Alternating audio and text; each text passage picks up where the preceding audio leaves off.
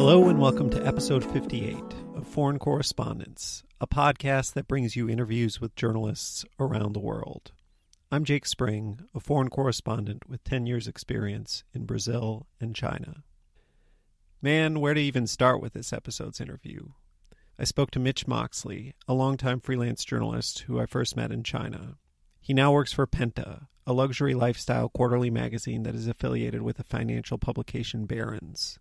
But you'll notice that I didn't even put that in the title. It just didn't seem to do the episode justice. Mitch is another case of a journalist who has really had some huge ups and downs. He wrote a feature for the Atlantic magazine about being a foreign business stooge in China, which is basically when a Chinese company hires a foreigner for show, thinking it will confer prestige on the company to show that it has foreign employees. That piece goes viral, and it puts a series of wild events in motion. He gets a book deal. At one point, it might become the basis of a Hollywood movie. In the end, it doesn't work out. But hearing his experiences, I really feel like I learned a lot about a side of journalism I don't know much about.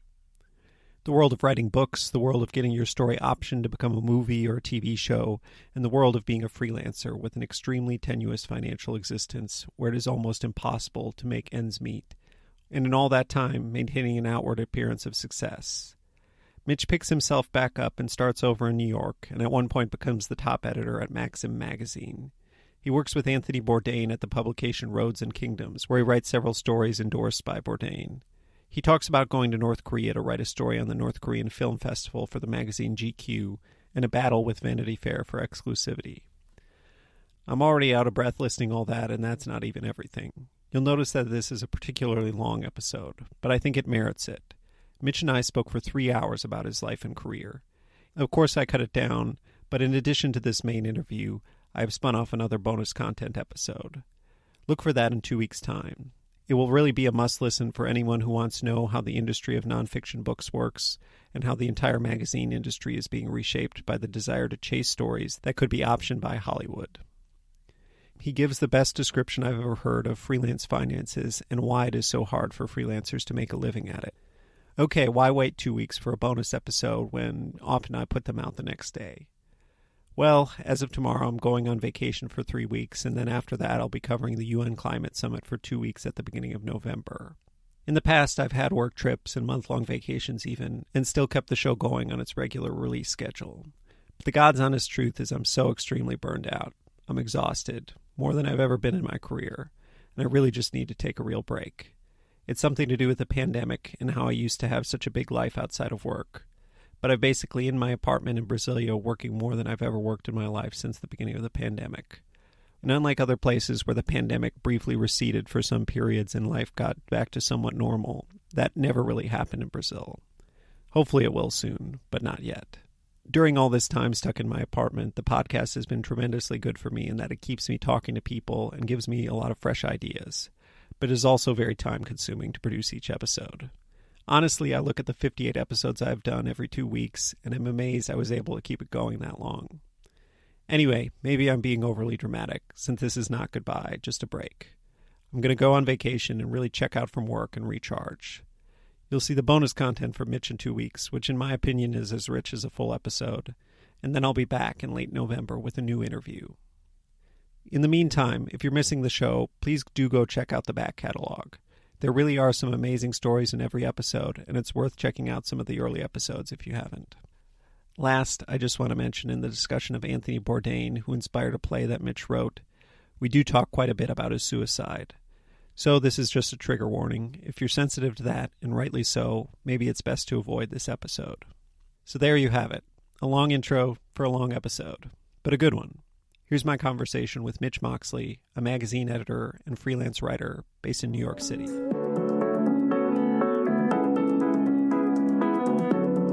So to start, I just want to say thanks so much for coming on the podcast, Mitch. Yeah, my pleasure, Jake. Glad to do it.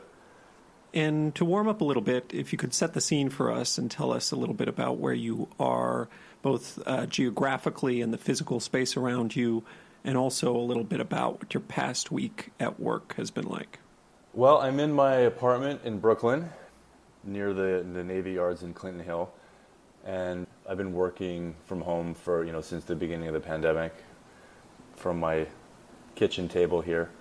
And it was one of these things where I moved from a much smaller place into a larger place because I was feeling kind of claustrophobic as soon as I had to start working from home, and got enticed by several months free rent, and then now I'm going to have to move out promptly into a more affordable place.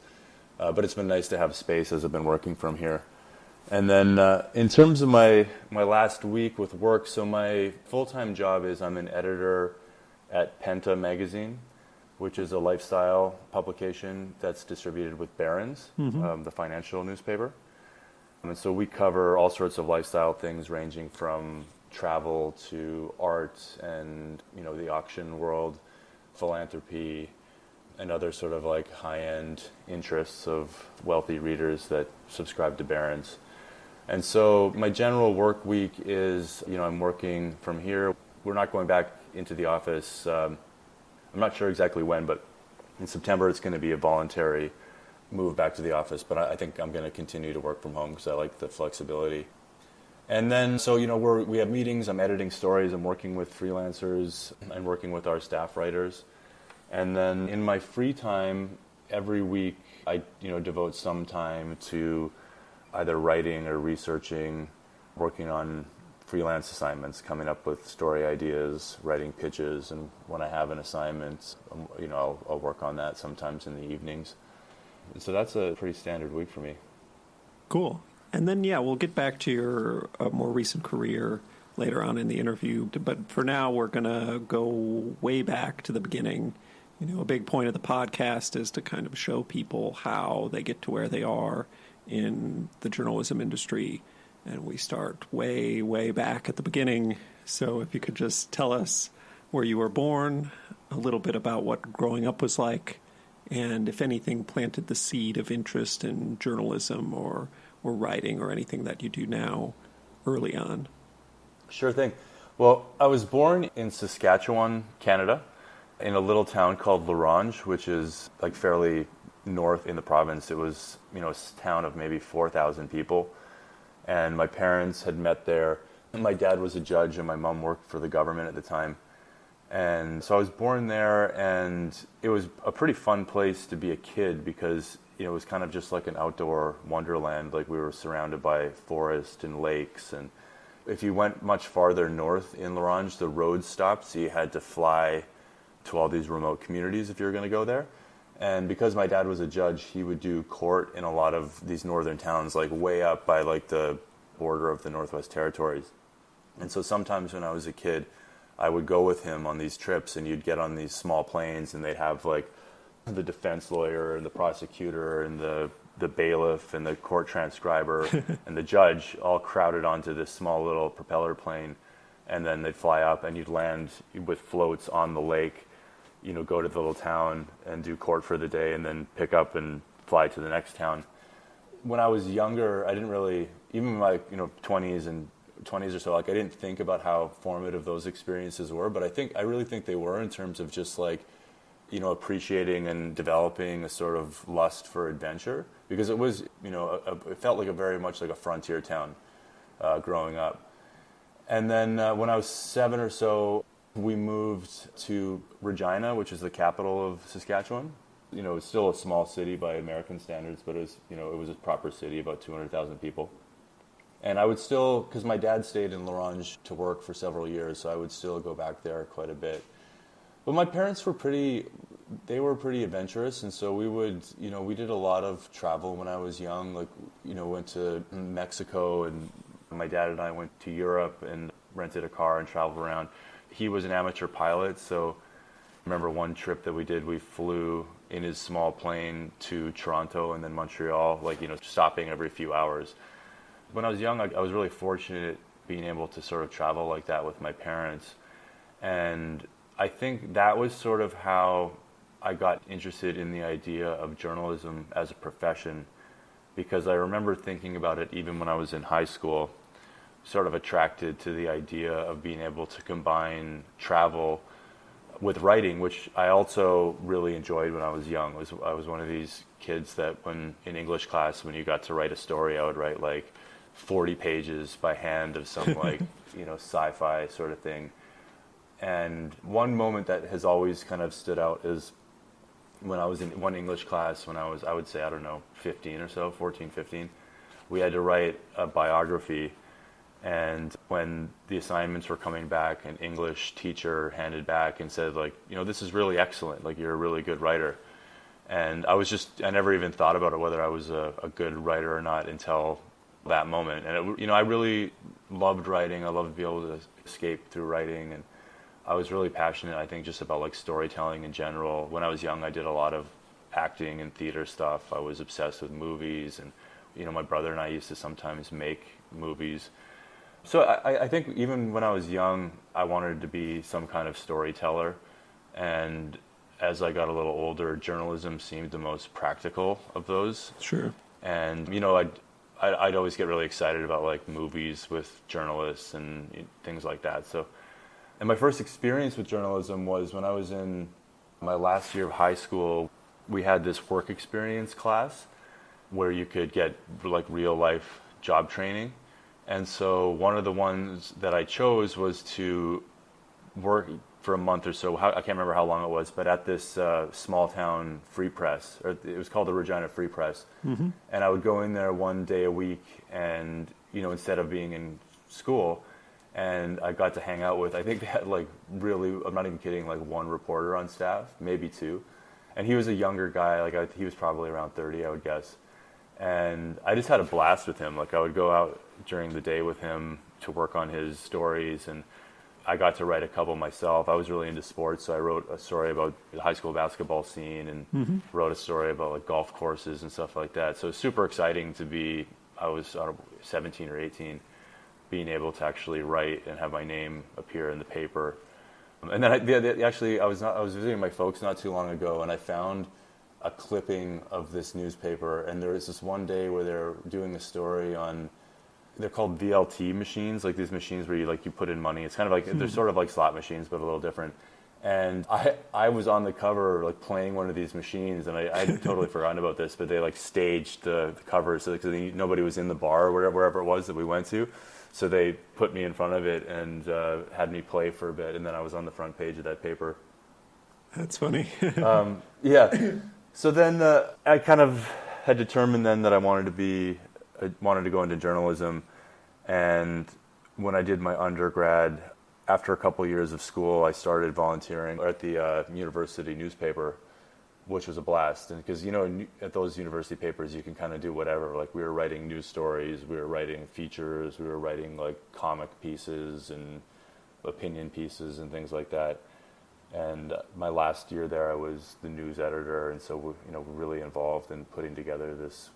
It was really more of a magazine, really like a weekly magazine.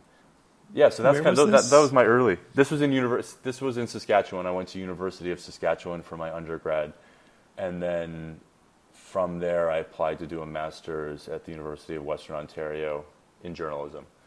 Your undergrad was in what? I studied history and political studies for my undergrad.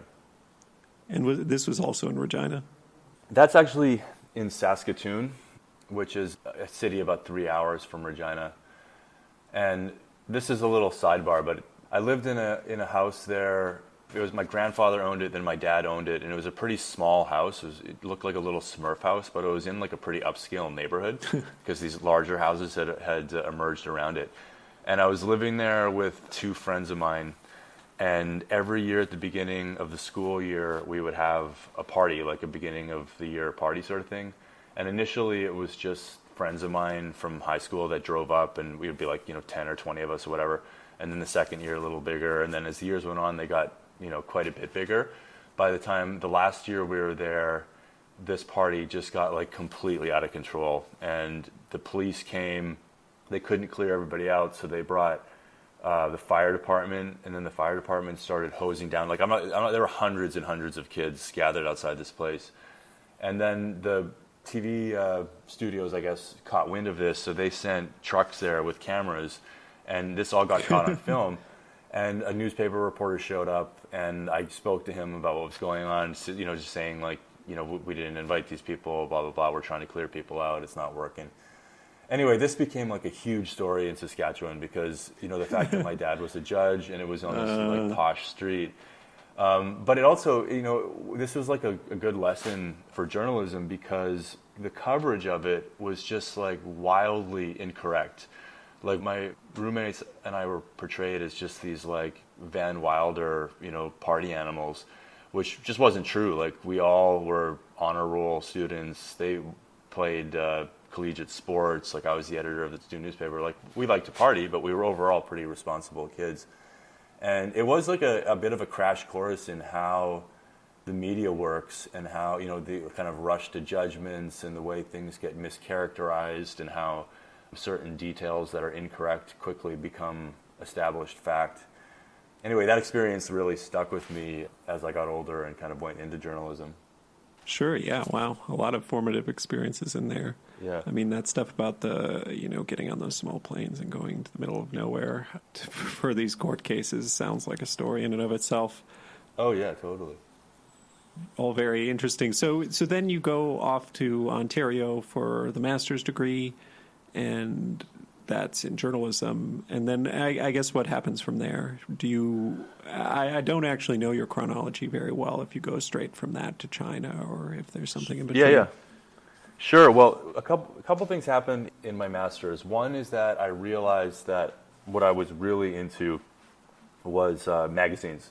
We had a magazine class where we learned how to write like a magazine pitch. We kind of talked about what a magazine story is. We read some of the great magazine pieces. And I enjoyed journalism school, but like a lot of people who have been through journalism school will say, you learn a ton more when you're actually out doing the reporting. But that one class was super useful. Like I still use the same kind of tools for writing a pitch now that I learned in that class. We had to do a magazine assignment for that class, and I did a story on autoerotic asphyxiation, weirdly. And one of the worldwide experts in that was a professor at a university in Hamilton. And so I kind of did a profile on him. And it won like an award at the end of the year. So that was really, for me, I was just like, yeah, this is what I want to do. Like the news stuff kind of drove me crazy. Like I didn't really like going out, and trying to turn around a story in a day. And I hated walking up to people cold and trying to get quotes. I did some shifts this is in London, Ontario. We would do some shifts at the paper, and I got some freelance pieces in the local paper too, which was exciting. But yeah, I just didn't really love the news cycle. It just wasn't for me. I liked being able to take my time and meet people in person and sit down with them for hours, that kind of thing. But so that was one really important thing that happened. And then the other thing is that I got the idea when I was there. We had this one night where they had all these local reporters come and talk to us. We met at a bar, and then some like veteran reporters from the paper came, and somebody from like the TV network came, and they talked about their jobs. And I remember there's this one guy, I would guess he was in his 50s, like mid-ish career. And he was one of the last people to speak, and he got up and he started just like talking about the state of journalism. And I don't know if he was talking broadly or specifically about Canadian or local or whatever, but he's like, I have to be honest with you, I don't have a lot of hope for your careers. He's like, the trends are negative. It can be a low-paying job. There's not much security, and it's a really hard environment, and I think somebody needs to tell you that. And, I think everybody was a little jarred by this because we're towards the end of a master's program in this field that we were all excited to start. But one thing that stuck with me is that I started to think, like, to be successful in this, you really need to get experience at like a well-known place. And the message that we were getting from our instructors was the opposite, which is that you should start small, like go to a small town paper, like go to a weekly or an alt weekly or something like that. Right. And I thought that didn't make any sense, because what they're going to be looking at on resumes or what's going to like help being able to pitch stories and things like that isn't if you worked at some small town weekly, but if you worked at a national newspaper or at the CBC in Canada or something. So when our internship came around, we could put three choices. I put the two national newspapers in Canada. One was the Globe and Mail and one was the National Post, and then the CBC, and hoped that I could get placed there. And only a few other people in our program did that, and we all ended up getting pretty good internships. I got mine at the National Post, which was like a fairly new, I don't know, it was like 10 or 15 years old at the time, national paper. And mine was in the business section. And that was only for a month, but then I got offered the summer internship, which is going to be 4 months, which I did after I graduated. This is in Toronto now. And then from there, I got offered a 1-year job, which I decided, I really wanted to go abroad. Like I'd already in my head thought at some point I'm going to go abroad, I'm going to try to freelance or do whatever, like teach English, something like that. But when I got the offer, it just seemed like dumb to turn it down. I was 24, I guess. I needed to get some kind of experience. I still, in my mind, wanted to break into magazine writing. So I took the job, and I was a business reporter in their business section. I actually wrote an investing column, which was bizarre because I was 24. I had no investments. I didn't know what the hell I was doing, but I just was pretty good at taking these research reports and then making them like digestible and easy to read. But while I was there, I also I got a couple like front page stories in the newspaper. I went to Japan for a couple weeks and visited a friend, and then wrote like a really fun travel piece for the newspaper. And then I also wrote like a little small thing for another magazine. And there was all these like different sections in the paper that I could write for. There was a business magazine. So I actually was like, looking back on it now, it was a very useful experience to learn the kind of tools and tricks of reporting, but then also to get out of just like the hard news, like daily thing. Like I managed to write a lot of pieces that were in more of like a magazine voice and in that kind of featurey style, which was really helpful later on. And then towards the end of that year, I just like couldn't do it anymore. I didn't want to be a business reporter. I didn't want to be a daily reporter. And I really was itching to get out and travel and go abroad. And so towards the end of that year, I decided that I was going to go back to Japan where I had a friend living. And then from Japan, use Japan as a base to do some trips elsewhere. And so I found this story in Vietnam about a village that treated victims of Agent Orange. And some of them were former soldiers. There were other people who got cancer from drinking contaminated milk or water, or whatever it was. And then their children who had Down syndrome and other disabilities lived in this village. And so I pitched it to this magazine called Maisonneuve from Montreal. And they took it. And it was it was a tiny amount of money. It was like $500 or something like that. But I didn't care at this point. I just thought, like, this is my first chance to write like a real magazine feature. I was only 25. Sure. Yeah, I was so excited to like go to Vietnam and do something like that. So I sold my car, and I had some money saved up from the year at the paper.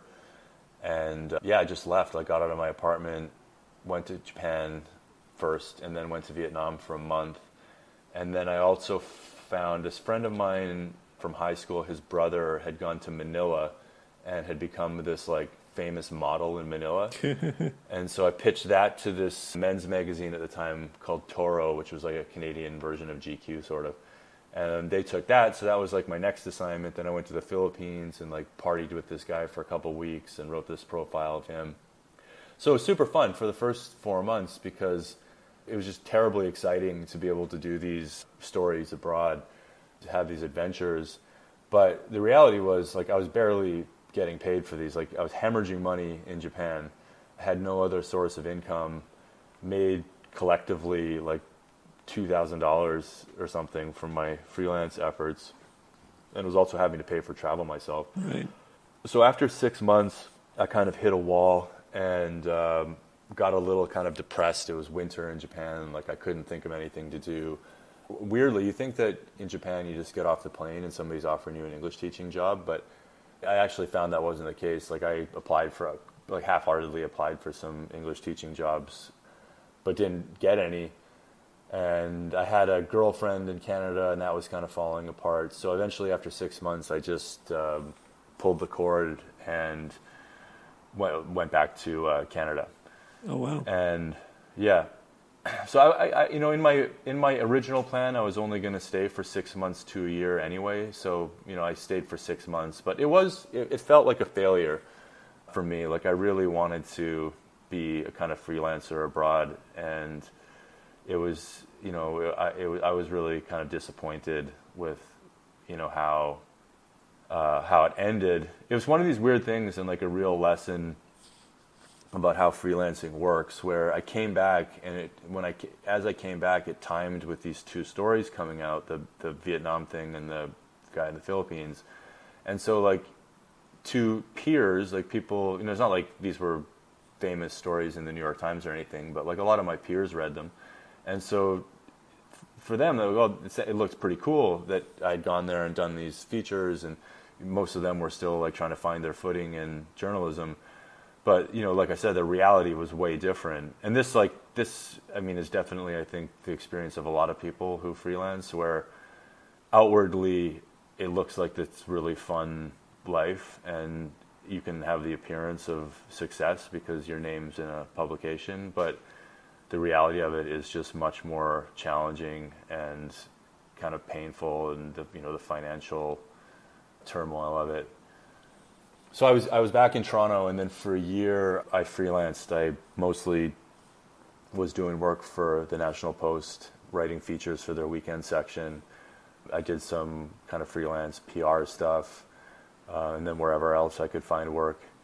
Mm-hmm. And it really wasn't what I wanted to do. Like, I didn't love Toronto, and wasn't making enough money to do it. And I really felt like I still didn't finish what I started abroad.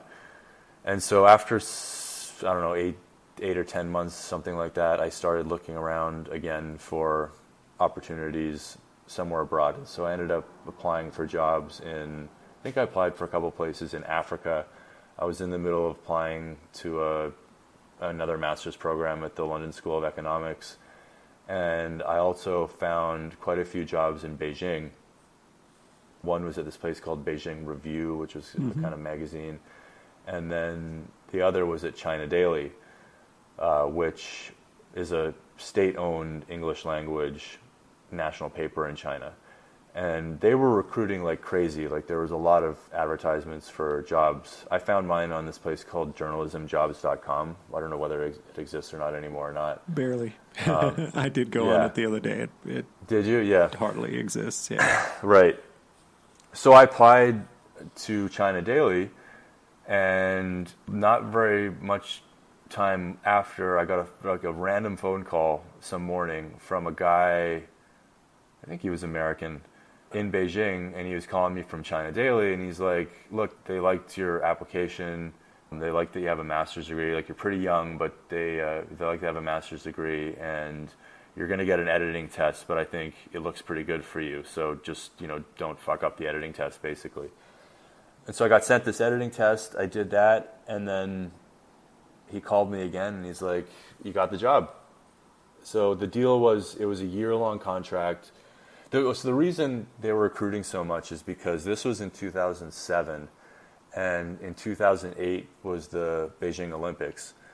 And I'd never really thought much about China before that, but around that time, you just started seeing stories about China everywhere. Right. Like, the Globe and Mail in Canada did this enormous package on, the rise of China. There was all these books about China coming out. It's just like, China was like the hot story at that time. Because, the economy was booming, the Olympics were coming, it was like their coming out party sort of thing. Right. So China Daily, they had, I don't know, they must have gotten some kind of investment from the government to, really expand their publication. And so they were hiring, I want to say, like, dozens of foreigners to come there and be editors and reporters. And they had only previously had, what they were called polishers locally. It was basically, the Chinese reporters would write a story, and then the foreign editors would like polish them into readable English. Right. But the position that I applied for and was offered was supposed to be this hybrid editing reporting role in their business section. And in my memory, I was told that I was mostly going to be a reporter, and this was a new thing for them. They had never had foreign reporters. Anyway, so I accepted the job. It was going to be for a year. It was free accommodation, and I decided I would go, and then I planned to stay through the Olympics. So my idea was going to be I was going to stay for like 15 months, 16 months sort of thing, and then come back to Toronto and start trying to live a normal life. But I ended up staying in Beijing for 6 years. Yeah. As one does. Yeah. No, I mean, yeah, that's one thing. I remember I went to China and I was like, 3 years, I'll be back, telling this to my at the time girlfriend and my parents and stuff like that. And I ended up saying twice that. But, it just takes a while to get up and running. So, it doesn't make too much sense to move abroad short term. And yeah, China Daily, I mean, I know a couple people who got their start there, even though it was state-owned, and ended up being kind of problematic working there for just about everybody I know. It did give them like the, base in China, and it gets you in, it gets the visa, it gets everything. So yeah, what was your experience there, and how did it leave you at the end? Well, it was a really funny place to work, especially when you're just not used to, I was completely new to Chinese culture, and, I'd come out of one newspaper that was a pretty standard North American newsroom, and then ended up in China where it was like this like alternate reality newsroom is what it felt like. Like it felt like a newsroom, like people were writing stories and at their desk and phones were ringing and there were story meetings and stuff like that. Mm-hmm. And then when you read like the actual paper, it wasn't like ridiculous in the way that Global Times can be.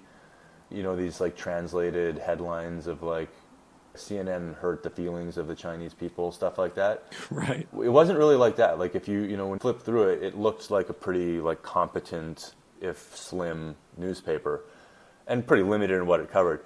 What I found was that it was more like they just knew what could and couldn't be done.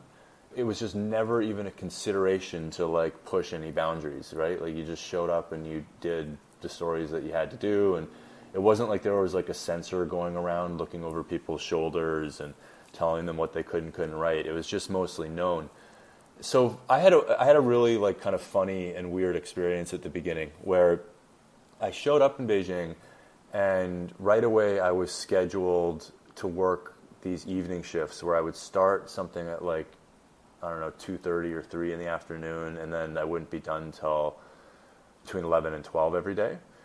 And it sucked because I was, Beijing was just like this booming town, at the time. And when I did get to go out, like there was so much going on. It was like a great kind of party town. There was all these like foreigners arriving every day.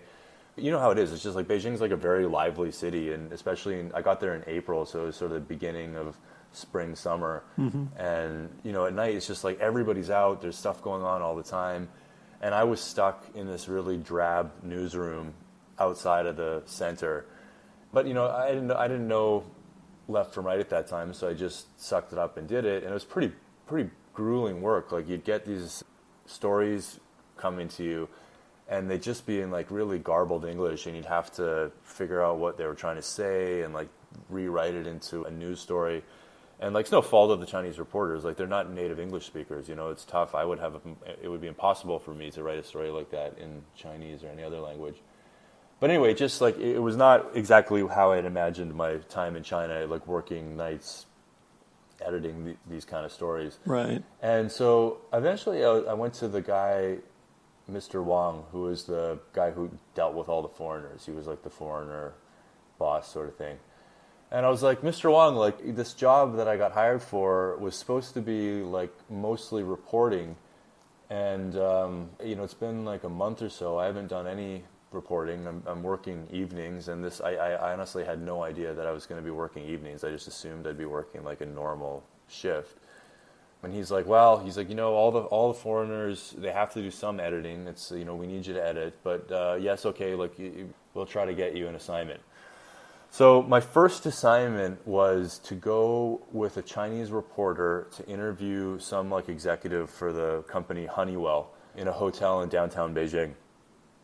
And I can't remember how we had divvied up. Like I was going to write one story on this and he was going to write a story on that sort of thing. And in China, a lot of these type of meetings are very kind of formal, and there's a lot of ceremony to them. And on this particular day, I had been switched to edit the opinion pages, which was a day shift. It was a Friday. So I was technically supposed to work from about 10 to 6 that day. But this interview was scheduled to start at 10 and end whenever, right? So I told the reporter about this conflict, and I told my boss in the business section about the timing conflict, and they're like, oh, don't worry about it. We'll just go, you do your questions first, and then you can come back and do your shift. So we go and meet this guy. There's a lot of like the kind of preamble bullshit at these type of meetings, drinking tea and having whatever. And so it took forever before we even got to my questions. And then I explained to the executive about my situation and that I needed to go back early. And so I would excuse myself after the questions. And I think he was Canadian. He's like, of course, like, that's fine. Do what you got to do. So I ask him my questions. It takes like less than an hour. And then I excuse myself, take a taxi back to China Daily. So I'm there by like 12:30, something like that. So some time goes by. I write this story. I don't think it even got published. I don't remember. Maybe it did, maybe it didn't. But about a month or so later, a few weeks later, I go into another meeting with Mr. Wong. And he's doing my like 2-month performance review that every new hire goes through. He's like, oh yes, like everybody's very happy, you're very good with you, and you're a great writer, and so we're going to move you to the feature section. And I was like, great, like I don't want to be in the business section anyway, so I'm like, that's awesome. And then he goes, and for your performance review, we're giving you 50%. And I'm like, what? Like 50 out of 100? He's like, yes, 50%. And I was like, what? That doesn't make any sense. Like, you just said everybody was happy with me and like liked my work, and you're moving me to feature section. I'm like, 50% is a terrible grade. Like, why did I get 50%? And he tried to like dance around it, but I really pressed him. And then he goes, well, he's like, to be honest, there's some concern that you stormed out of an interview. And it was very embarrassing. And I'm like, what are you talking about, storm? I didn't storm out of any interview. And he's like, yes, I've heard that you stormed out of an interview. And I'm like, I have no idea what you're talking about. And the only thing I could think of was this Honeywell thing. So I'm like, well, I left the interview early because I had to work. You had scheduled me to work at the same time in this interview. And I also told my editor and I told the reporter, and this is not a problem. And he's like, oh, well, yeah, but they said, you stormed out of the interview and it's quite embarrassing for the paper. He's like, but I'll look into it. So then the next day I showed up at work and I go to the features section. The features editor is like, oh, no, they've moved you back to business. And then I go back to business and they said, no, you're in the features section. And so I go to Mr. Wong. I'm like, what the hell is going on here? Like, they're both telling me that I'm not in their sections. And he's like, oh, yeah, there's some problems. He's like, just sit at your desk and we'll figure it out. So for the next week, I sat at my desk in the business section doing nothing. Like, I had no work. I didn't know what I was supposed to be doing. So I just sat there during the hours that I was supposed to work. And then eventually this Indian journalist who had been there for 10 years or something, we were at a bar one night and he takes me out and he's like, okay, so I'm going to tell you what happened. He's like, basically the business editors think their section is the best section in the newspaper, and they really resent that they hired a foreigner to be a reporter. They don't want foreigners reporting in their section. They just want you to be editing. Mm-hmm. And they basically use this opportunity to try to sabotage you so that they could kick you out of the section. And it worked until you spoke to Mr. Wong and pointed out that something was amiss. And then eventually they figured out what had happened. And then the editor-in-chief of the paper basically told the business editors, like, you don't have a choice in this matter. That we've hired a foreigner for your section. You have to just swallow it. And so after that, the business editors treated me like I was some like special object there that they basically didn't ask me to do any work. So for the next few months, I just would write like the odd story that may or may not have gotten into print. And the rest of the time, I just did freelance stuff. So I'd go into work and I'd like look for articles that I might pitch to Canadian and foreign places. And I started to do a lot of work that way. I started to like get some stories in the Globe and Mail in Canada. I wrote some pieces, I think, eventually for The Guardian. And so it turned out to be an awesome turn of events for me. I got to work days. I barely had to do any work for my day job, but I got paid for it. And I got to expand my freelance career. And also, it was just really fun because all the foreigners lived in this one apartment building on the site of the newsroom. And we had these pretty nice apartments, and we would just like go to one another's places for dinner and for movies and had this built-in social life. So it turned out to be a super fun fun year after a kind of rocky beginning. Yeah, that's great. Because, yeah, I mean, that's always the needle you have to thread is like staying legally in China to be able to freelance. Like, and a lot of freelancers did it back then. I mean, there were different ways to figure it out. But, yeah, no, that's a good way to have a support system and get going on freelancing.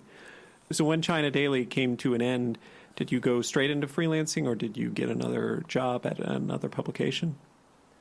So by the end of my time at China Daily, I was freelancing quite a bit, and I wouldn't say I was making enough money to like be able to do it on my own, but I definitely knew that's what I wanted to do. Because some of the stories I got to do were a real blast. Like I focused more on culture and lifestyle and travel, and because China was still emerging in the minds of editors in Canada and elsewhere. A story that would be obvious to anybody living in China was completely new to them. So, it's always tough. Freelancing is always hard. It's always hard to get like responses from editors, especially when you're new. But my success rate for pitches was definitely higher than it had been when I was living in Canada, because I just had endless stories that I could write. And so I also just to backtrack a second. I don't know if they knew I was freelancing or if they didn't care. Like I wrote a story, there was a time there that something happened, like CNN botched some coverage of Tibet or something like that, and it just created this uproar in China. And I wrote about what that was like at the paper, when there were these kind of inflamed tensions between China and the West. And I wrote about what my experience was like working at the paper, and how dealing with censorship, dealing with how these events are seen through my Chinese colleagues' eyes. And I knew this was a risk. Like the night before it got published, I barely slept because I'm like, they're going to fire me, my visa's going to get canceled, I fucked myself. And then the next day I showed up and nobody said anything. It never came up again. You'd think that they would know. They seem to catch every time China Daily appeared in the foreign press. So I don't know how they missed this or if they just decided it was not worth a conflict or what, but I didn't get fired. They didn't renew my contract. It was never a question. I was dead weight there for them. I wasn't going to stay for longer than a year anyway. But what I did do was that I managed to get a month-long gig for the Canadian Broadcasting Corporation for the Olympics, which were that August. So my contract finished in mid-April, and then the Olympics started August 8th, I believe, and so I was basically going to work for the entire month of August for the CBC on their primetime television programs. So between April and August, I went back to Canada for a bit, and then I came back to Beijing, moved to a different apartment, and I started really doing Chinese classes properly. I'd had a tutor that year, but could barely speak it. So I started taking classes at this school every morning. And then in the afternoons, I would work on my freelance pitches. And I mostly did kind of a lot of culture stuff. I really was interested in kind of first-person narrative journalism. So I was pitching lots of travel pieces. I was pitching pieces on Hutong bars. And I don't know if it was this year or the next year, but I went camping on the Great Wall and wrote a travel piece for the Globe and Mail about that. I went out to Xinjiang, wrote a travel piece about that experience. But I was having a blast. I was, getting some pretty fun stories published. I was being able to use the voice that I wanted to use. I rarely, if ever, had to do any kind of news story. And then August came along, and I started working for the CBC. And it was amazing to be in. Were you in Beijing in 2008? You were later, right? No, I came for 2008. I was a study abroad student 2007, 2008 and stayed for the Olympics. Cool, okay. And I interned at Asia Weekly, if you ever heard of that. It doesn't exist anymore. Oh, I remember that. Yeah. Definitely. Well, working for the Olympics was a bit of a mixed experience because it was incredible to be there. The city, it was just crazy. This global event. I remember my first day on the Olympic green, George W. Bush in his motorcade came by. It was just it was kind of mind-blowing to experience that. And the Olympic green itself was really impressive. So my job for the CBC was that I was a researcher on these two primetime shows. And what I would be doing was basically just pulling stats, pulling results, things like that, whatever the hosts and the producers needed.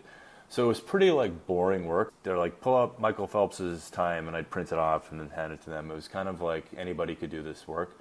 But I also wrote, there's a Canadian magazine called The Walrus, which it was newish at the time. It was meant to be the kind of Harper's of Canada.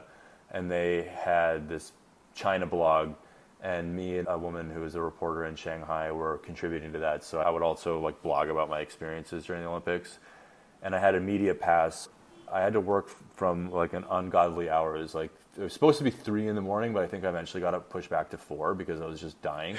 So I would wake up. I was living in Chaoyangmen, which was like a half an hour, 45-minute cab ride from the Olympic Green. Get up at like 2:45, get in a cab, go to the Olympic Green. We were in that thing called Linglong Pagoda, which was that like tower studio that overlooked everything. Go up there, like drink crazy amounts of coffee, print all the stuff that needed to be printed and do all the research that needed to be done. And then in the afternoons it would slow down and I'd write a kind of blog for The Walrus. And then I would take my media pass when I was done at 4. So I was working about 12-hour days. And then I would go to whatever events were on. So like I saw Phelps swim. I saw the 100-meter final with Usain Bolt. I went to some basketball games. I saw Federer play. So that was pretty sweet. Like I basically got to, go to any event that I wanted to with that media pass. But it was like totally exhausting. Like I was sleeping, maximum 4 hours a night. I felt like I put on like 10 pounds just from like eating. So yeah, it was like a once in a lifetime thing. Like it was cool to work for the CBC. Like I'd watched these Olympic shows growing up in Canada, so that was kind of neat.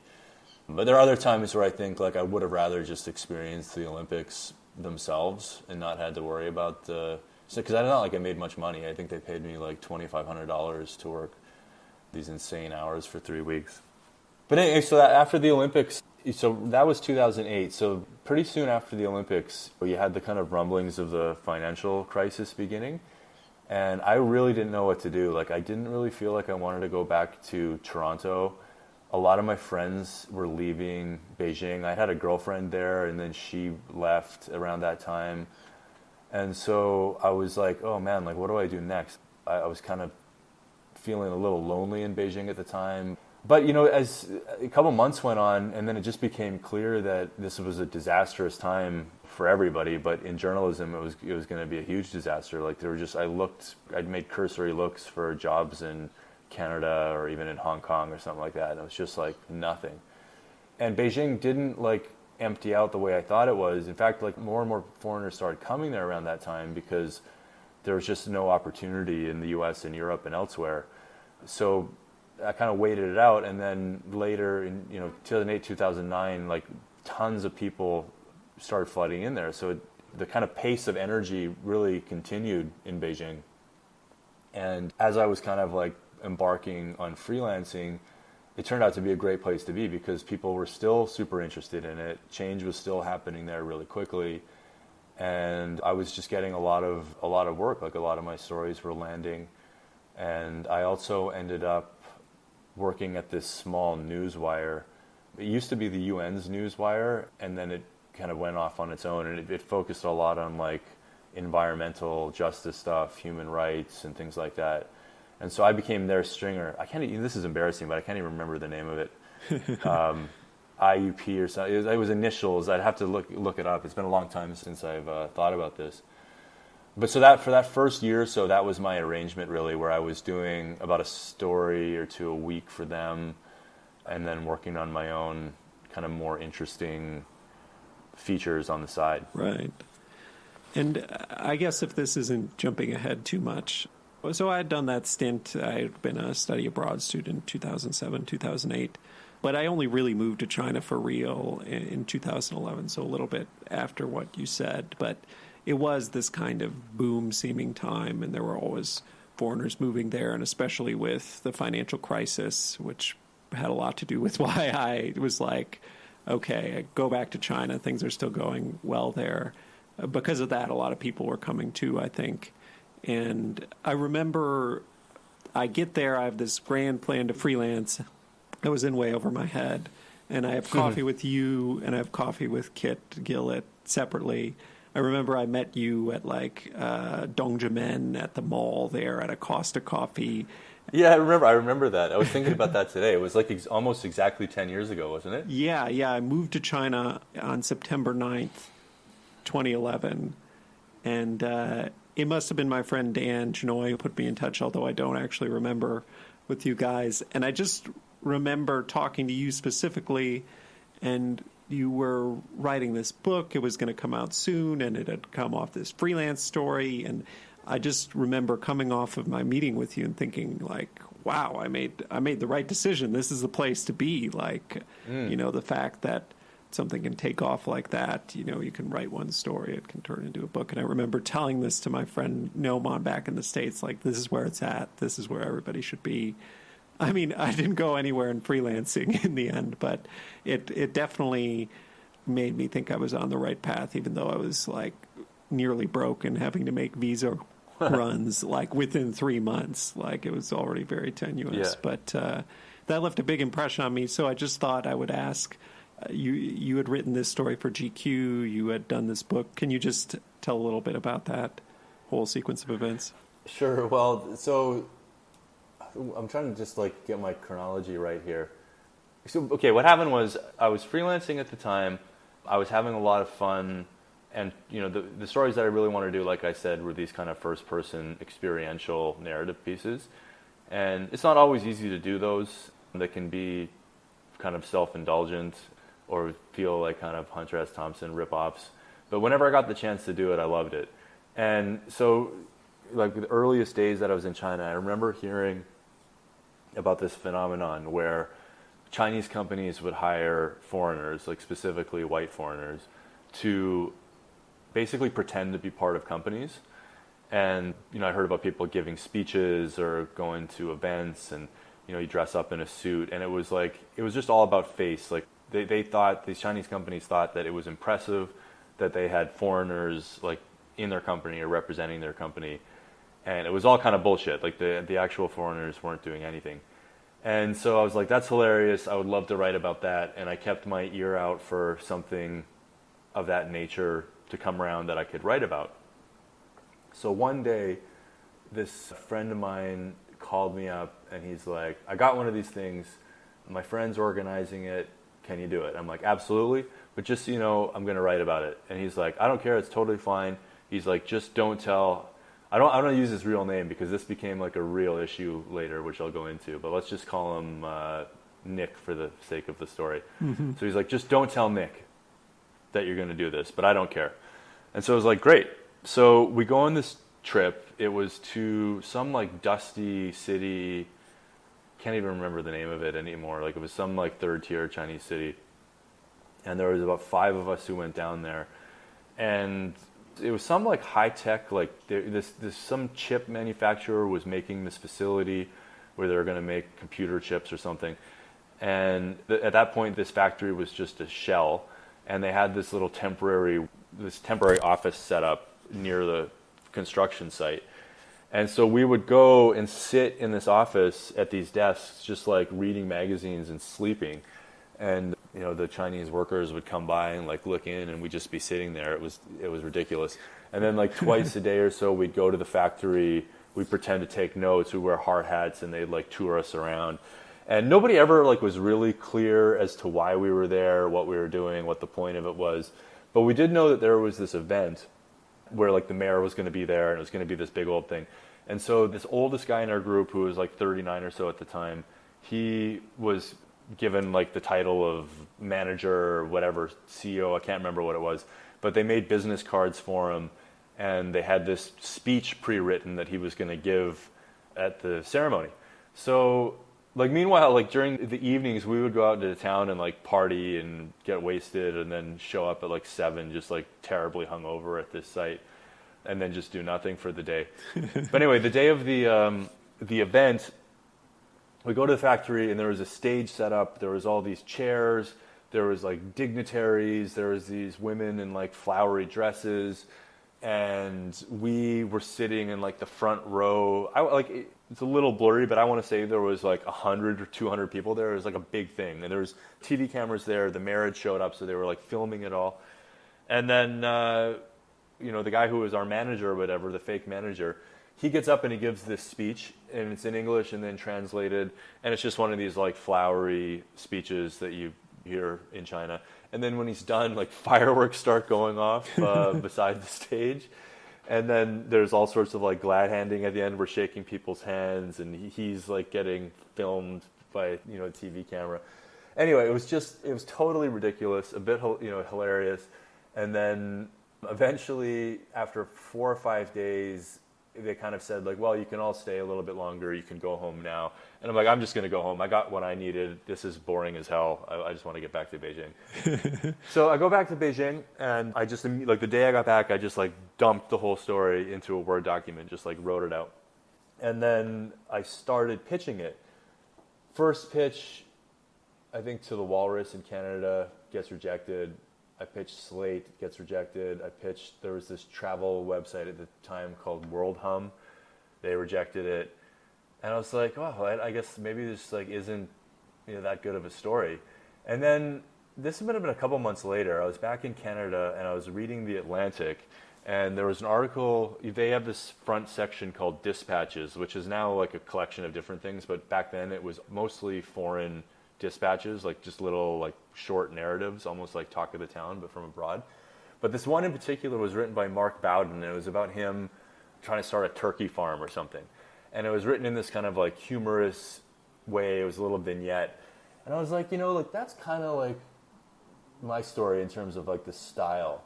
And so I'd never thought of pitching The Atlantic before because it just seemed like a more serious political magazine. But I was like, oh, what the hell, I'll try them. And so I managed to get an editor's email. And I emailed him, and he was like, I like this. I like this story. And, you can make sure it goes through like a fact check and everything. It holds up. And I was like, yeah. And so he's like, okay, we'll take it. I'm like, this is great, The Atlantic, but I thought like, whatever, it's just like some little yarn, not going to be a big deal. So that story comes out, I want to say it was like June 2010. And within days, it just like built and built and built to the point where it was just like, it was by far the most viral story I've ever written. I've never experienced anything like that before or since. My friend who worked for, I think it's called National Journal. It was The Atlantic's kind of sister publication at the time. He told me that story was up until then, it was the most read story on The Atlantic's website ever. Wow. And I started to get like all sorts of emails from like producers about rights. Like I was being interviewed by like, you name it. Like I was on NPR. I think CNN called me. CNN did a story, but they never referred to my story, which is really annoying. BBC wrote about it. Like people I went to journalism school were emailing being like, I saw your story. Like it was fucking crazy. And this was like an 800-word story, but I think it just like, so this was in, did I say, I think it was 2010, right? Yeah. So it was still like in the aftermath of the financial crisis. So I think it just really like touched this nerve where like, wow, if you go to China, you can be like a complete waste of space and they're going to pay you to do nothing. And so I would get like, for years, I got emails from people. And they were a lot of them were really sad. A lot of them were like, I'm a pilot, I can't get a job anywhere. Can you like hook me up with one of these? And then other ones were just like people just being assholes, being like, oh, I want to make money for nothing. Like as if I was like the recruiter for like useless white dudes everywhere. Right. And so then, so a couple things happened. The guy who organized the trip was absolutely furious. And he was really upset. And then when I spoke to him before the article came out, I said, like, look, there's nothing negative about the company. It's all about the experience. I've disguised all of the details. I don't say what the company is. I don't say what it did. I don't use all of our full names. It's not like a takedown of the company. It's just about the weirdness of this experience. And he's like, oh, that's cool. Then that's cool. And then the article comes out, and like nobody thought, who would have guessed that it would blow up like this? Like I had no idea. I thought like 10 people would read it, and that would be it. But when it came out, like I heard through other people that he was really furious. And then, like I'm not even kidding, for years later, like up until when my book came out and afterwards, he would leave these just like horrible comments about me, like wherever my name came up online. And under like multiple names, like he must have got friends to do it. And it was awful because I was basically like kind of being trolled around the internet for like 3 or 4 years after that, which was yet another lesson about like sometimes some of these things are out of control, but like in retrospect, I guess I would have done it differently. Like I didn't tell them about this story because I was told not to, But maybe I would have been better off if I had just said, like, look, I want to write a story. Can I come still or no? Because that was a pretty shit experience. Yeah, wow. But anyway, so then the second major kind of bad thing happened, which is that as I was writing the book, I decided that this was a good way to wrap up my time in China, and I wanted to move to New York. And the one thing I felt like I hadn't been able to do in China, even though, like, you know, I did a couple pieces for the Atlantic, I did about 3 pieces for them in the end. I did some stuff for the New York Times, like just a couple things. I did some pieces for the Wall Street Journal. So I was publishing in like well-known places, but I had never been able to sell like a real kick-ass magazine feature, which is kind of what I always wanted to do in journalism. And by that I mean like a 5,000 words, you know, kind of back of the book thing. Right. And I always loved GQ, and that was GQ and Esquire were like the places I wanted to write for, and like I just could not get anybody's attention there. Like I couldn't get replies to pitches. Like I don't think I even knew like what really made a magazine feature at that time. Like I knew how to do these like short yarns and travel pieces and things like that. I had a lot of friends that had moved to New York. I would come here once every year or two to try to meet editors and things, and I loved it. And I was like, this is the time, I'm going to use the book to move there. But I got here and I realized that like I'm really like having to start from scratch here. Like the book kind of didn't launch my career like I hoped it would. It didn't get me the attention of editors like I hoped it would. I hoped that I would get here and like on the back of the book would be able to like get assignments. Like, you know, when a book becomes really successful, all of a sudden you see that writer's name everywhere. And that didn't happen. So yeah, that was like a hard, I'm like now, so I found myself in New York. The book was like a bit of a flop, and I did not have connections at magazines, at least the ones I wanted to write for, that I thought I might. And then I also like wasn't in China anymore, so I didn't have like the access to the kinds of stories that I was writing before. So that was like a pretty low moment. Like there was that fall through winter was like pretty bleak. I didn't really know what I was going to do. And I was like cobbling together some freelance work, but really like hemorrhaging money. Like I kind of spent through all of the advance for the book, and it's just like kind of a tough time. So what the thing that kind of changed is that I had connected with one of the guys who was the founder of Roads and Kingdoms, which is an online journal about travel, food, politics, things like that. And they were still like kind of getting off the ground, and it was basically 2 guys running it with 1 photo editor. And I wrote a really fun story for them about these people who go out at night with their terriers and kill rats. And it was like a tiny amount of money, but I had a blast writing it, and I thought it turned out really well, and they really loved it. And so they asked me if I wanted to like help them out editing. And so I started working for them part-time as an editor. So that gave me a little bit of stability.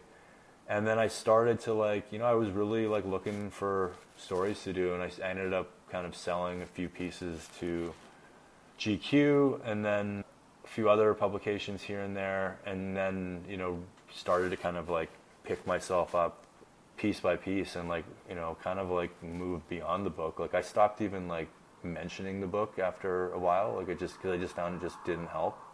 So yeah, like in retrospect about the book, like I don't regret doing it. Like it was, you know, who would say no to an offer to write a book?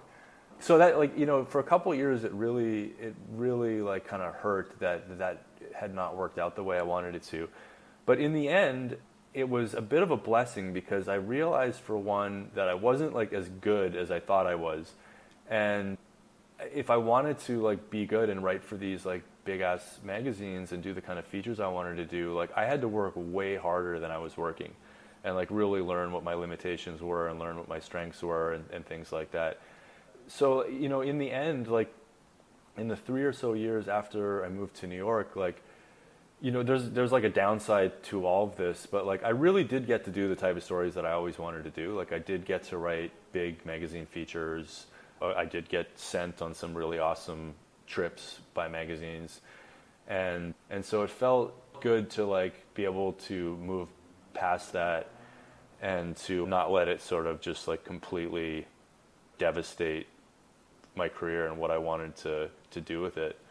But, I mean, things have all worked out in the end. I mean, I think even book aside, like everybody finds the transition back to the U.S. a little bit or back to wherever a little bit difficult. But, Definitely. I mean, I feel like everybody I know who came out of China, even if you go through a little rough patch at first, like they always end up sticking the landing. Yeah. So that's good. And I guess not to skip around too much, but just for time, like I pulled up your bio, your LinkedIn profile, just to get the sequence of events right. But I remember not that a couple of years later, you're named the executive editor of Maxim. And I'm like, wow, like, it went from a low to, again, a seeming high.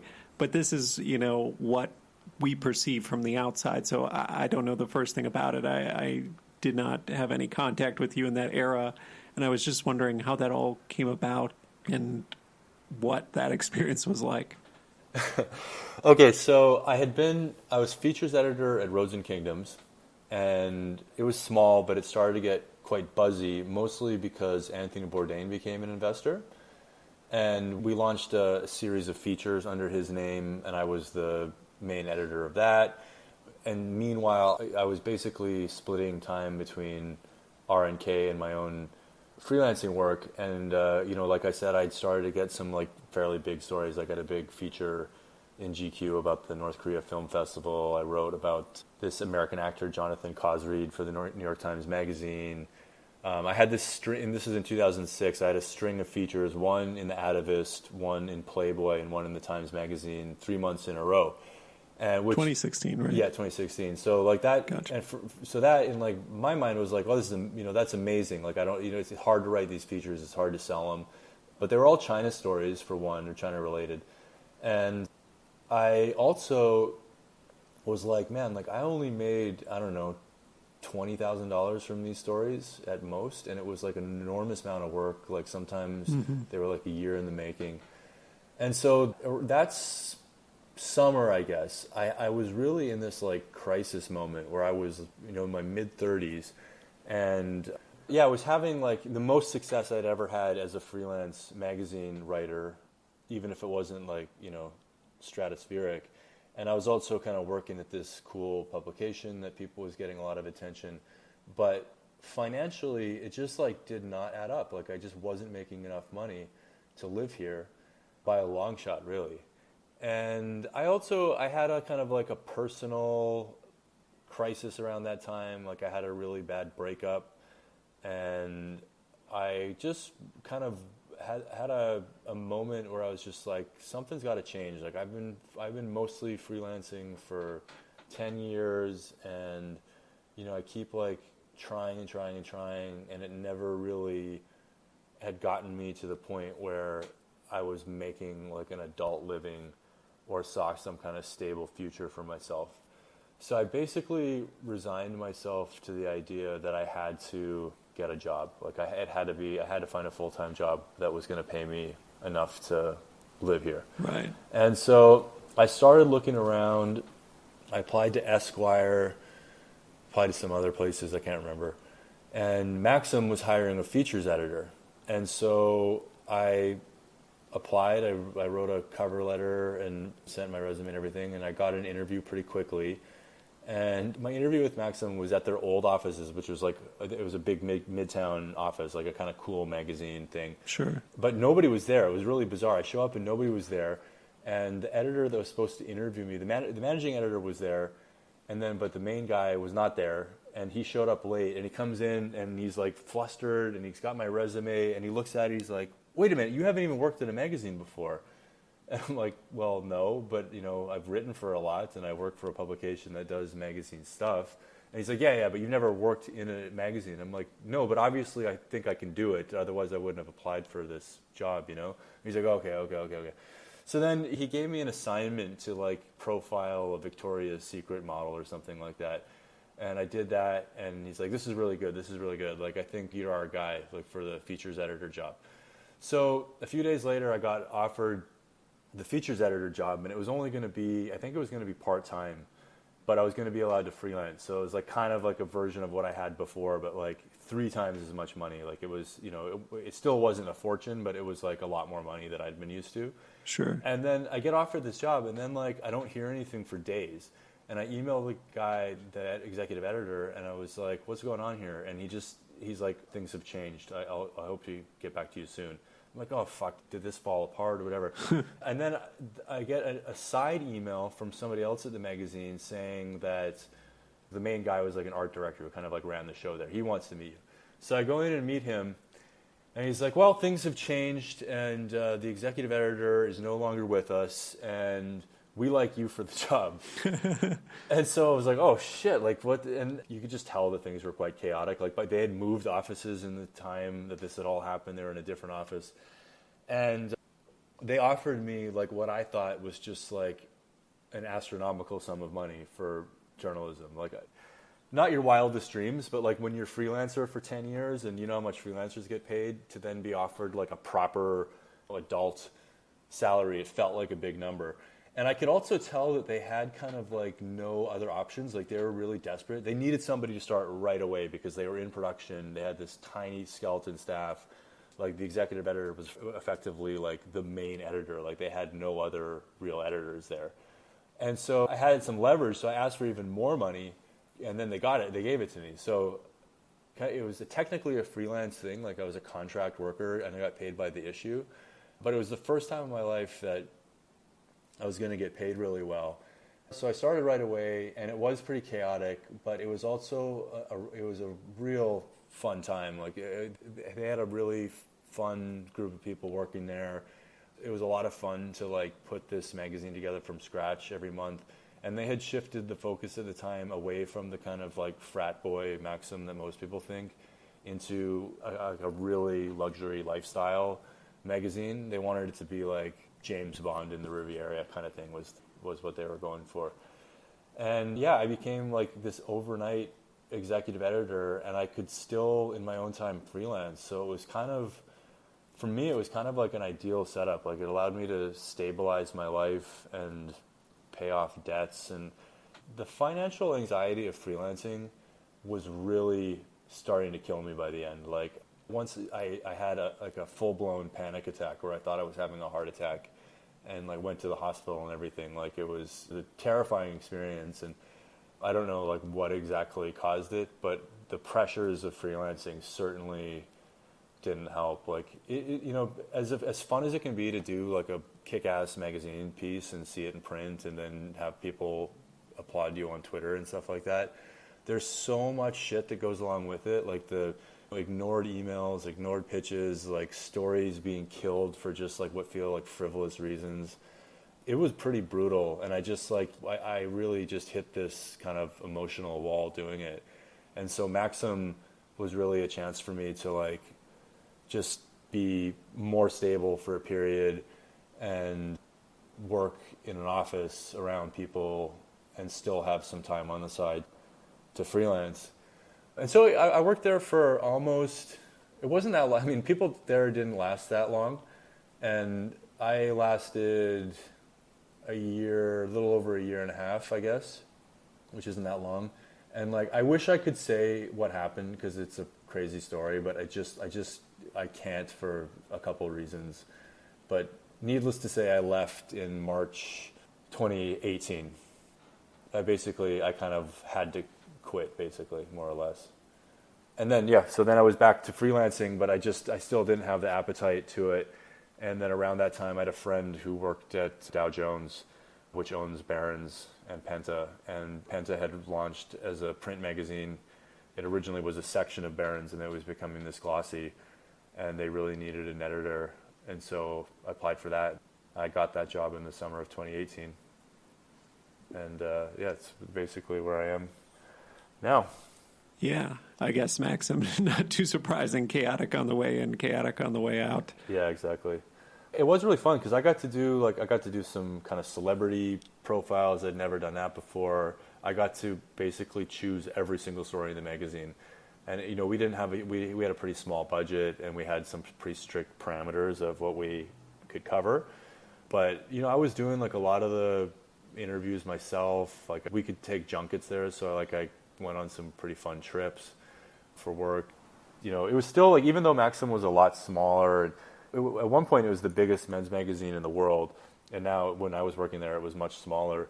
It still had the cachet of like a famous magazine, so there was a lot of like kind of fun parties and dinners we got to go to, and like if you wanted to, you go to some like press thing every night if you had the energy for that. So it was pretty fun. It was a pretty fun time, and I really, really liked the people I worked with there. Like we had a really eclectic, fun group. So it was a super fun office environment, like really quirky. It felt a bit like being in the TV show The Office sometimes. Yeah, that sounds like a great experience. And I mean, Yeah. It's rare you get that level of control in journalism. Yeah, absolutely. Before we move on to stories, there was just one last thing. So you mentioned to me, again, before the podcast when we were talking, that you've written this play. And it was interesting to see you said it was inspired by Anthony Bourdain. I mean, I had seen you had written this play, but I didn't know the first thing about what it was about. And it's just interesting because Bourdain, for not really being a journalist, is name-checked a lot on this podcast. Like, you know, one of the questions I always ask is if you could trade places with one journalist, living or dead, who would it be? Anthony Bourdain, I'm pretty sure, is the top answer I get. And, you know, I have a friend who works at CNN and worked with him and, like, reveres him. And he kind of looms large over a lot of things. And so I was just wondering, tell us the story of this play and how do you come about doing it, and just a little bit about it. Sure. Well, like I said, I was an editor at Roads and Kingdoms where he became an investor. And so I was the one that was curating his feature series. And then through RNK, I met him twice, I think, maybe 2 or 3 times. But pretty brief, like, you know, I met him, shook his hand. I wrote a couple stories for this series. I heard through some of the guys who ran RNK that one of them in particular he was a pretty big fan of, which was like a huge compliment for me that, you know, good Bourdain. You know, the funny thing is, like, I never really watched his show much because I feel like, you know, you would know this living abroad, like, you're kind of already living that life in a way. Like when you live abroad, you're living a more authentic version of travel to a place because you live there and you're experiencing the local culture, you know, locals and things like that. Mm-hmm. So I always felt like when I saw his show, it was like, well, yeah, it's like better than a generic travel show, but I also like kind of do this stuff already, so I wasn't like super drawn to it. Sure. But then when I started working at RNK, and then I was hearing his name more, and I read Kitchen Confidential, which is like it's just an awesome book. He was a really gifted writer and storyteller. You know, I got more into his orbit, and I really appreciated some of the things that he was doing, like the fact that he had become an investor in RNK. Like this wasn't going to be a big moneymaker for him, but he really believed in the mission. And he lent us his name, and sometimes he lent us his presence for a few things. And so I really became more like, I really had a lot of respect for him. And I also just felt like, you know, the group at RNK, we all had the same like worldview, like a real like hunger to experience the world and try new things and like be out living it.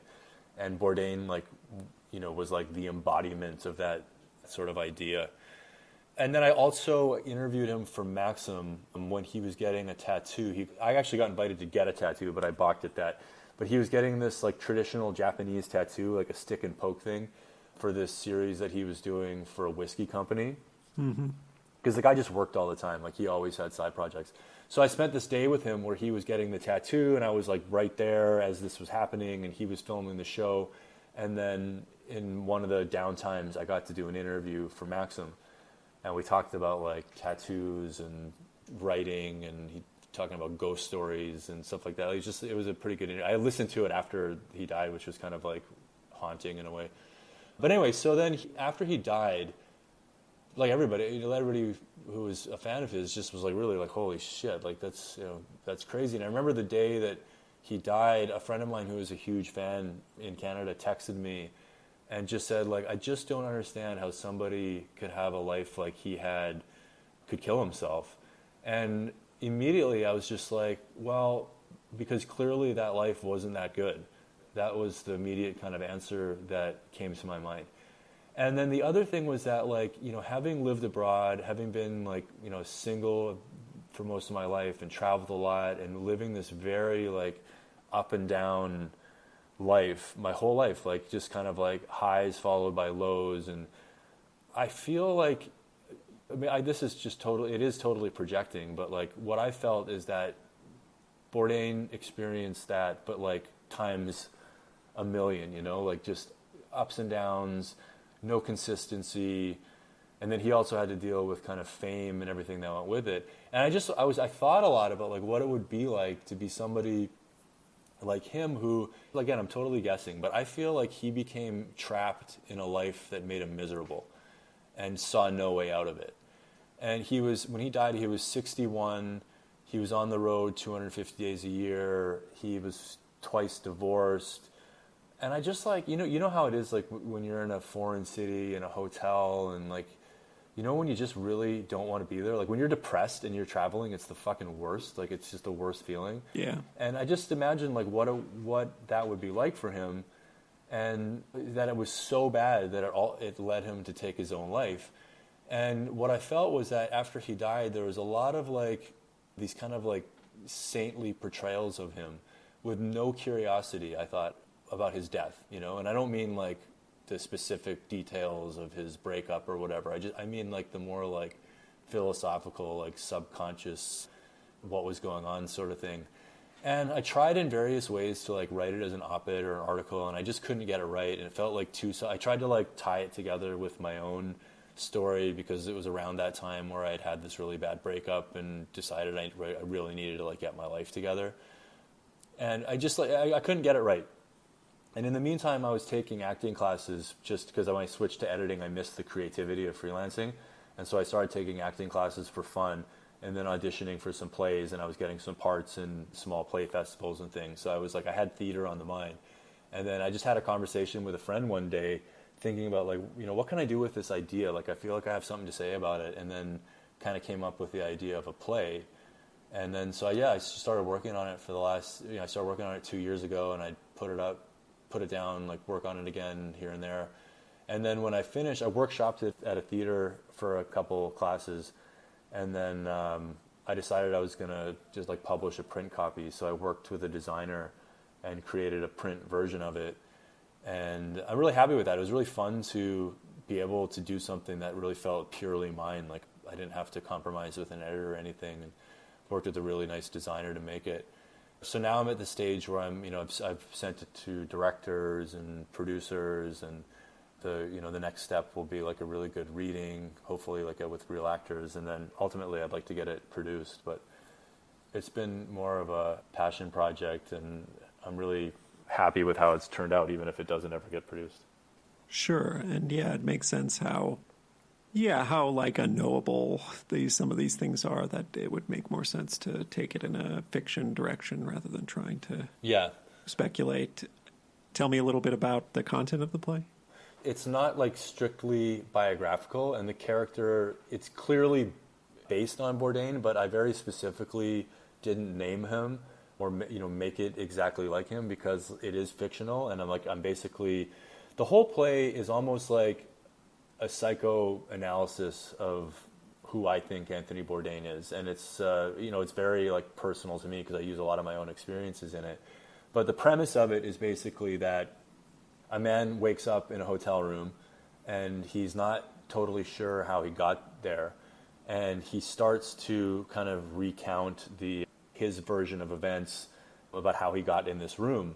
And the whole play is very dreamlike, like it bounces around in time, and it goes back to like him telling stories of working in the kitchen, or him telling stories of writing a book. And then there's another character who plays the concierge of the hotel who slips in and out of his monologues as different characters from his life. And the whole play is kind of like trying to solve this riddle about how he ended up in this place.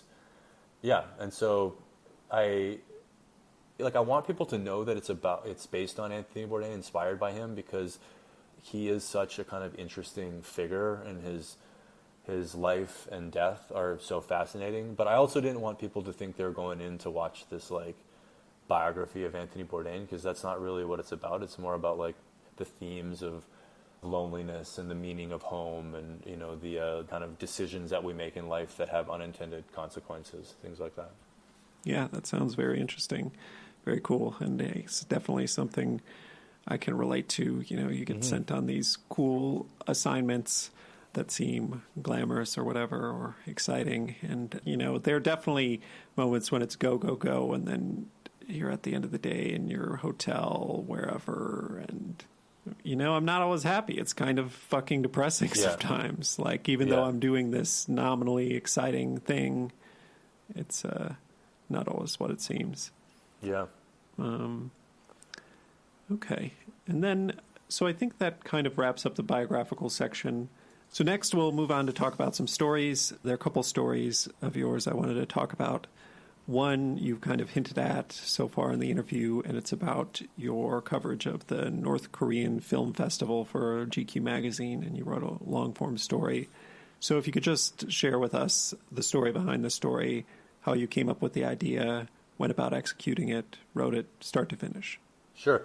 So I was living in New York then. I think it was 2014, so I'd only been here for a year. And there's this travel company in Beijing called Koryo Tours.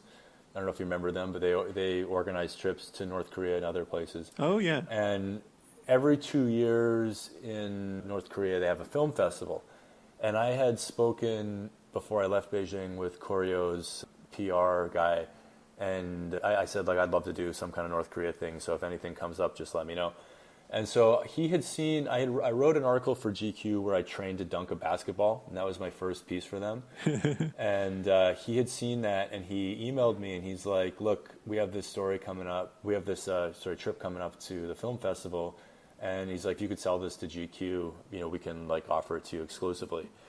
And so I pitched it to GQ. My editor liked it. It took a long time for it to actually get assigned, but eventually it did. And so I was set to go to North Korea for this festival. It was going to be, I think it was a 9-day trip. You know, the North Korea Film Festival had been written about before, but never in like a real, like, big time, like, first person, here's the experience of the festival way. And so one of the conditions for GQ was like, they were like, this has to be an exclusive. Like, nobody can do this story. And I was like, well, they say it's an exclusive. So, you know, as far as I know, it's an exclusive. So sometime not long before the actual trip was going to happen, Koryo asked if it would be okay if Vanity Fair did the story too. And I was just like, absolutely not. Like, this, I sold this as an exclusive. Like, they'll take it away from me if it's not. Like, they were really adamant about this fact that it had to be an exclusive. And so they're like, okay, that's fine. We'll work around it. So I found out then that they had sent Pico Iyer for Vanity Fair to North Korea, but before the film festival, but that on his trip he did a lot of the itinerary that we were going to do, like go to the studio, it's like the big movie studio there, do some other stuff related to movies. And so I was like, this isn't cool. Like they're like, well, we can't say no to Vanity Fair, and they're not going on the trip, so you know, you just kind of have to live with it.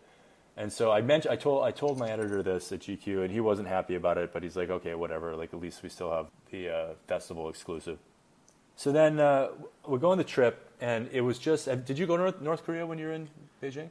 I never did. I wanted to, but yeah, never did. Well, it's as kind of weird and crazy as you think it is. Like, Pyongyang is just so bizarre. It feels like a movie set. Like, everything is immaculate.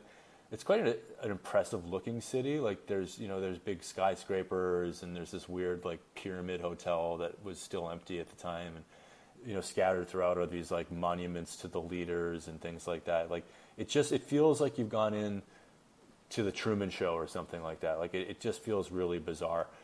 And then I was on a tour group, and I was told not to say I was a journalist. So I said I was like a travel researcher or some bullshit like that.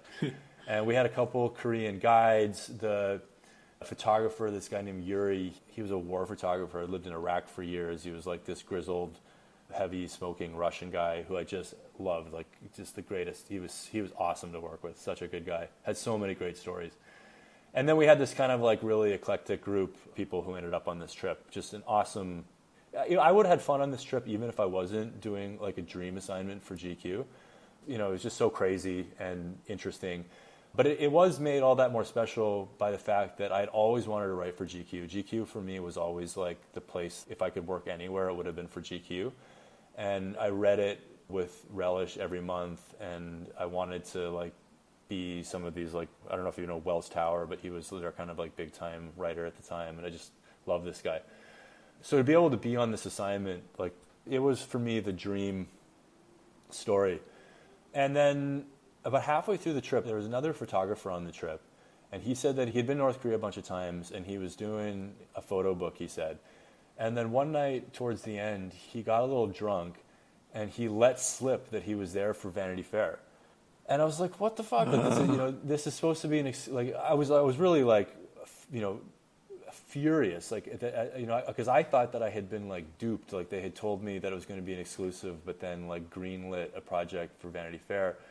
But what had actually happened was that he had basically snuck on the trip for Vanity Fair. He was shooting it for Vanity Fair, didn't tell them, and he was shooting for the Pico Iyer story. So there was this big drama over this. So like the trip ended up great, awesome, like went to all these movies, like, you know, did a little countryside stuff, like got the material for an awesome story, really kind of interesting and a real special experience. This was a kind of a crazy time because they had 3 Americans there that were in prison in North Korea. So it was risky to do it, and in some ways like quite lucky that nothing happened. But anyway, came out really happy with the story. There was some drama over this Vanity Fair thing, and they told me, Koryo told me that they had gotten assurances from Vanity Fair that theirs wouldn't come out until mine was out. So I was like, okay. And they said it wasn't going to be about the film festival, it was just going to be about film in North Korea. And so anyway, I wrote a couple web things right when I got back. I got on Anderson Cooper to talk about it, which was a really cool experience. Oh, cool. And then I worked on the feature for the next couple months. And then they were really happy, like, you know, not because of me. It just was like a home run story because we got such awesome access, and it was such a unique piece, and I had a great editor there, and they really edit the shit out of the stories at GQ. They have like, you know, 3 layers of editors or whatever it is. And so by the time it was ready for print, it was just in excellent shape, great photos. And I was in Cuba, and I got this like angry voicemail from my editor being like, what the fuck, Vanity Fair has got the same story, like you said this was an exclusive. It turned out what they did is like Vanity Fair wrote this piece and presented it as if it was like from the festival, even though it wasn't, even though the guy had been there before. And if you read it, it's very like carefully worded as to never indicate that they're at the festival, but the hook is still this film festival, and then takes you like to a studio or here or there with all these photos from it because they had snuck a photographer on it. So that was like a bit of a downer because like GQ was quite upset over this, even though I felt like it was something I had totally no control over. But in the end, it worked out really well. That story did really well for them. People were happy with it. It got into the Best American Travel Writing book, which was like a big thrill for me because I'd always read that book as a source of inspiration. You know, for me, that was the kind of story I always wanted to do in journalism. And even though I don't think I'll ever be able to do a story like that again, I'm really happy that I was able to do that one. Yeah, that's a crazy story. I mean, I've had colleagues go to North Korea, and basically nobody comes back without something bizarre or weird happening. And that's super weird about the whole Vanity Fair saga, though. It's such a strange thing, but I guess goes to show some of the competition in journalism. Yeah. The other thing is nobody gave a shit. Like not a single person that I know was like recognized that there was 2 similar stories. Nobody cared. It didn't affect like my story in the end. But yeah, it's just like this crazy competition for these stories that in the end doesn't make all that much of a difference. Right. Yeah. I mean, that certainly happens at Reuters. We have this like obsession with being first, and like a competitor will write a story and it'll be like, well, we can't do it now. But to your average person, like, nobody is keeping that close of an eye on things that, no, exactly. You know, the same people generally will not even see both stories. So, yeah. Yeah. Next up, I'm going to do a really abbreviated version of the lightning round. Feel free to answer at whatever length you want. So, do you feel ready? Yeah, I'm ready. First up, what is a publication you read, listen to, or watch just for fun, but that is journalistic in nature? So it can be whatever medium print, podcast, documentary, but kind of journalistic. Well, I mean, I read the New York Times, obviously, but that's not just for fun. But one section of the New York Times that I read just for fun is the real estate section. For some reason, like, I really like their real estate section. Like, you know, they have like people on apartment hunts. They have some design stuff, which I'm really interested in. And it's just nice because it's like, you know, it's pretty much like free of politics, and it's like a nice kind of retreat. And so usually when I get the paper delivered, it comes on Saturday, and that'll be the first section that I read. And it really is just for fun because, like, you know, I'm not going to be pitching real estate stories to the Times or anything like that. That's cool. What is the best journalistic article, piece, again, it can be whatever medium, that you have consumed recently? Definitely the Atlantic cover story in their most recent issue by a writer named Jennifer Senior. I think that's how you pronounce it. It's about one family's aftermath of their son dying in 9/11. And it's just like a really kind of beautifully done human story about how people deal with grief and tragedy differently. And one reason that I really liked it is that I just feel like you don't read stories like that anymore. It's the type of story that you would have read in Esquire 10 years ago, like a really heartfelt, like just well-told human story. And I really applaud The Atlantic for doing it, and I think it's been pretty well received. And I just thought it was great. So that would be the story I've read recently that struck me. Cool. I'll look for it.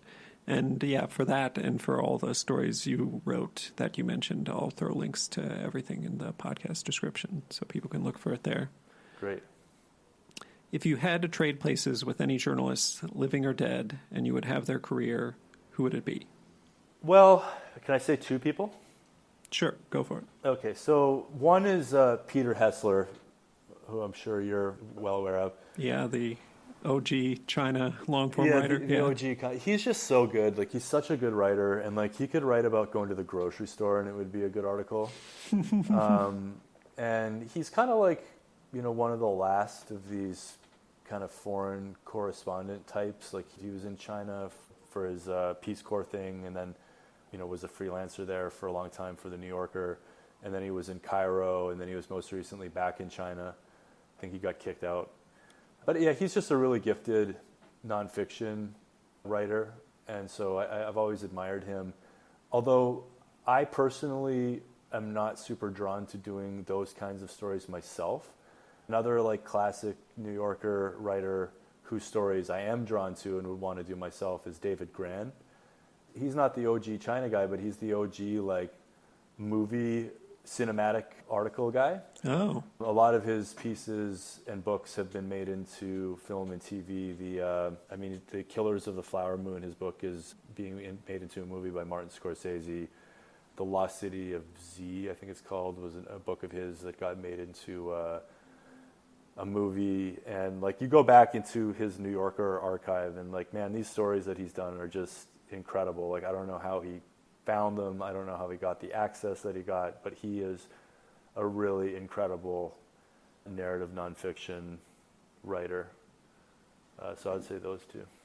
Yeah, those are two very good ones. And yeah, I feel like Peter Hessler loomed large for a lot of people who moved to China around the era you or I did. And he's continued to do great stuff. I mean, I hope I'm not mixing up with Osnos. But well, he's very good too. So yeah, Evan Osnos. But was it Hessler, I think, who moved back to the U.S. and he like wrote a story about running or something, and that's Hessler. That's Hessler. Yeah. And it was still great, even though it had nothing to do with anything he really had done before or since, I think. Yeah. Cool. The next one is kind of the pinch me moment. What is a moment in your journalism career where you got in a situation where you're just like, I can't believe this, pinch me, I can't believe this is my life? I've had a couple, fortunately, but the one that comes to mind is that I did this story about kidnapping survival schools that was originally assigned by Harper's, but anyway, it ended up going in both Roads and Kingdoms and Slate. So for that, I went to a course, like a kidnapping prevention and survival course in Florida. And it was run by this like pretty eccentric British former military guy who I really quite liked. And you had the kind of option to do some like mild torture during this course. and he provided a couple options of what you could do.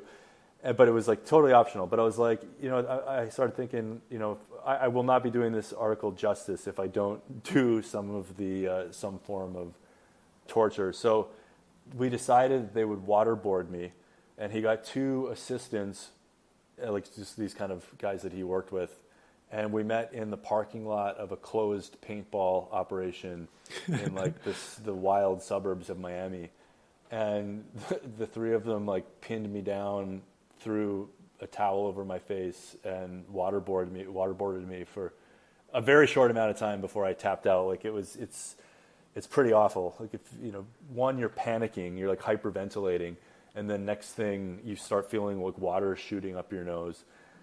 I was terrified because I was like, if I could tap out, that would be fine, right? You're just getting some water on your face. But I thought, like, I don't even know these guys. Like, we did some crazy stuff that week. Like, he made us watch like execution videos and shit like that. Like, it was really bonkers. And so I'm like, what if they just kept waterboarding me? What if they like make me keep going and I die in a Florida parking lot and this is the end? But anyway, thank God when I tapped out, they stopped. But that was surely one of those moments where like, I'm not sure how many people in this country have actually been waterboarded, but I'm one of the few. Yeah, wow, that's crazy. I mean, Reuters sends people to hostile environment training that involves kidnapping. I haven't done that specific one, but it's definitely not that extreme by any measure. Yeah. Wow. Okay. And then what is your favorite film, book, TV, or other media property about journalists, and why? It can be kind of tangentially about journalists, fiction or nonfiction. It can be, I don't know, a memoir, basically anything that has some relationship to journalism. I would definitely say The Paper. Do you remember that? It was Michael Keaton was in it. Oh, no. Robert Duvall's in it. I think it's Glenn Close. Their director was a famous director, but I can't remember who it is.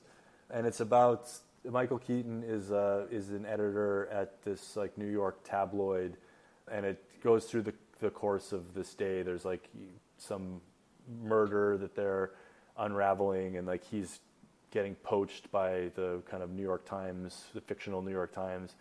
And it's just like, it's the best newsroom movie I think ever. And it was one of these movies that when I was a kid, I watched it and I was like, wow, like that's a job. Like you can do that for a career. It's obviously not exactly like that in reality, but yeah, what an awesome movie. I hadn't seen it in years. And then one day I was sick and in the afternoon and I watched it again and it's still awesome. So I highly recommend that, The Paper. That's great. Yeah, nobody's talked about that one. I don't know if I've even heard of it, so it's good to have a new one. I'll definitely watch it. It's really great. It's one of my all-time favorites. Okay, well, I think this conversation went great. Thanks again for coming on the podcast and for sharing all this with us. Yeah, my pleasure. That's our show. Thanks for listening to my conversation with Mitch Moxley, a magazine editor and freelance writer based in New York City. I'll post links to some of the things Mitch talked about in the podcast description and also on our show page, foreignpod.podbean.com. If you like the show, please subscribe to it in Apple Podcasts, Stitcher, Spotify, YouTube, or wherever you get your podcasts, and give it a rating. Beyond that, it would be a huge help if you also write out a review saying what you think about the show. It helps get the podcast more attention. Follow or tweet at me on Twitter at @foreignpod. On Facebook, our page is facebook.com/foreignpod. Above all, if you know someone who might like the podcast, please recommend it to them. The show is produced and edited by me. Our music is a track called Love Chances by Mackay Beats. There's more information on that in the podcast description and on our show page. Please look for the bonus content from my conversation with Mitch to be posted on Sunday, October 24th. Until then, I'm Jake Spring, and this is Foreign Correspondence.